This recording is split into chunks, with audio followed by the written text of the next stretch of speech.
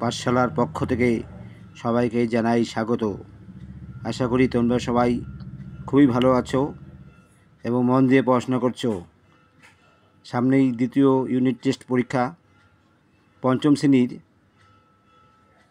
বিজ্ঞান বিষয়ক একটি টপিক এখানে দেওয়া হয়েছে আজকে। দ্বিতীয় পরীক্ষার নমুনা প্রশ্নপত্র।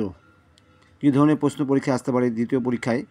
সেকেন্ড ইউনিট টেস্ট 20তে পরীক্ষা হবে, তার একটি নমুনা এখানে দেওয়া হলো। প্রথমেই দেখো 1 2 1 2 3 4 5 5টি এমসিকিউ থাকবে। প্রতিটি এমসিকিউর মান 1, 5টি 5 নম্বর।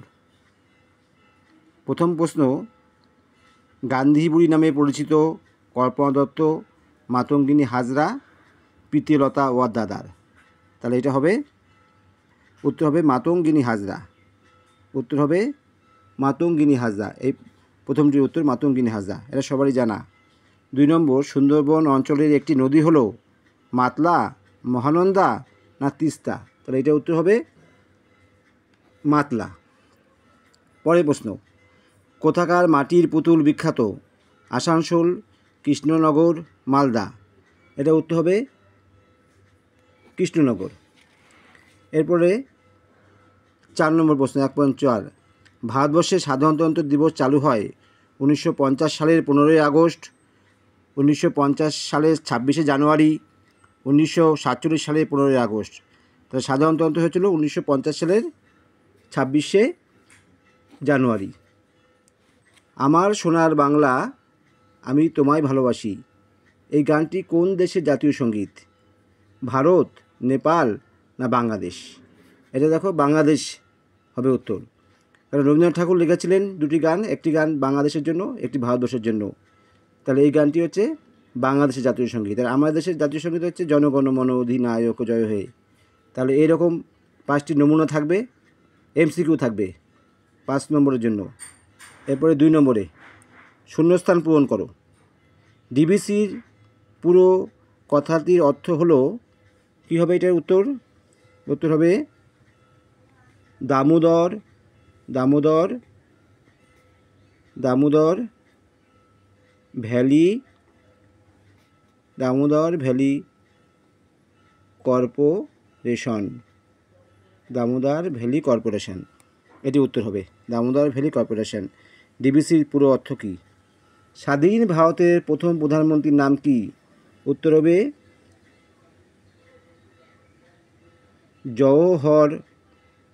জওহরলাল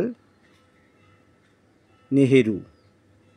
এটা উত্তর হবে জওহরলাল নেহেরু। পশ্চিমবঙ্গের ড্যাশ অঞ্চলে ম্যানগ্রোভ জাতীয় গাছ দেখা যায়।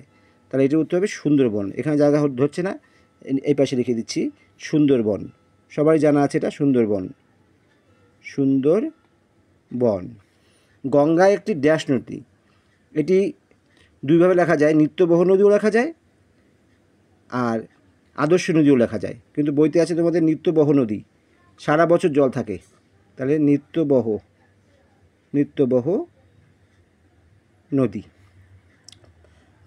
নদী, গঙ্গা একটি নিত্যবহ নদী। পরের প্রশ্ন, ভগিনী নিবেদিতা নিজের জীবন পরোয়া না করে ড্যাশ রোগীদের সেবা করেছেন।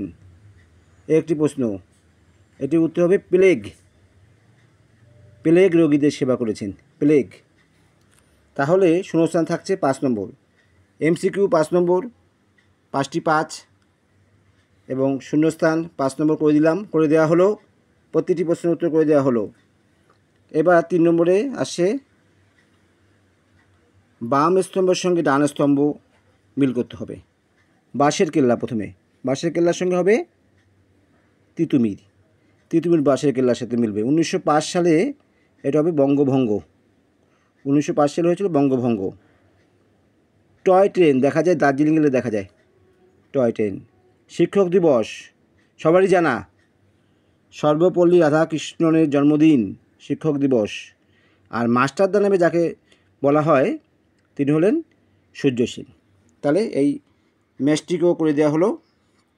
এবার দেখো থাকবে, তাহলে এটা 5 নম্বর। 3 5 15 হয়ে গেল। আর এখান থেকে 5 নম্বর প্রশ্ন 5টা দেওয়া হয়েছে। পশ্চিমবঙ্গের সর্বোচ্চ শৃঙ্গের নাম কি?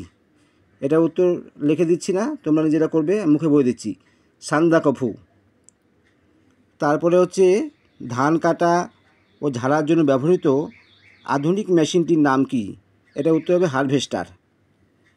তারপরে দেখো পুরুলিয়া জেলা কিসের জন্য বিখ্যাত?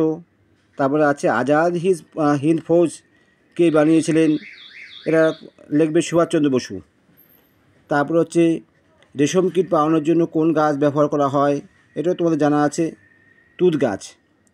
আশা করি তোমাদের এই ভিডিওটি তোমাদের খুব উপকার হবে দেখলে। সামনেই পরীক্ষা, তোমরা মন দিয়ে পড়াশোনা করছো, আর এই ধরনের একটি নমুনা প্রশ্নপত্র যদি তোমরা পড়াশোনার সঙ্গে সঙ্গে করো তাহলে তোমাদের খুবই ভালো হবে।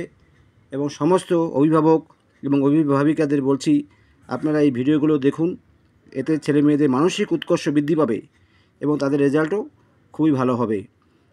যদি ভিডিওটি ভালো লাগে লাইক, শেয়ার এবং সাবস্ক্রাইব করতে ভুল করো না। সাবস্ক্রাইব না করলে কিন্তু ভিডিও তৈরি করতে আমাদের খুবই সমস্যা হয় এবং উৎসাহ নষ্ট হয়ে যায়। তাই তোমরা প্রত্যেকেই এই লাইক করবে, শেয়ার করবে এবং আমার চ্যানেলটি চারিদিকে ছড়িয়ে দেবে এবং সাবস্ক্রাইব করে সমস্ত কিছু করবে, তাহলে তোমাদের খুবই উপকার হবে এবং আমারও উপকার হবে। Thank you.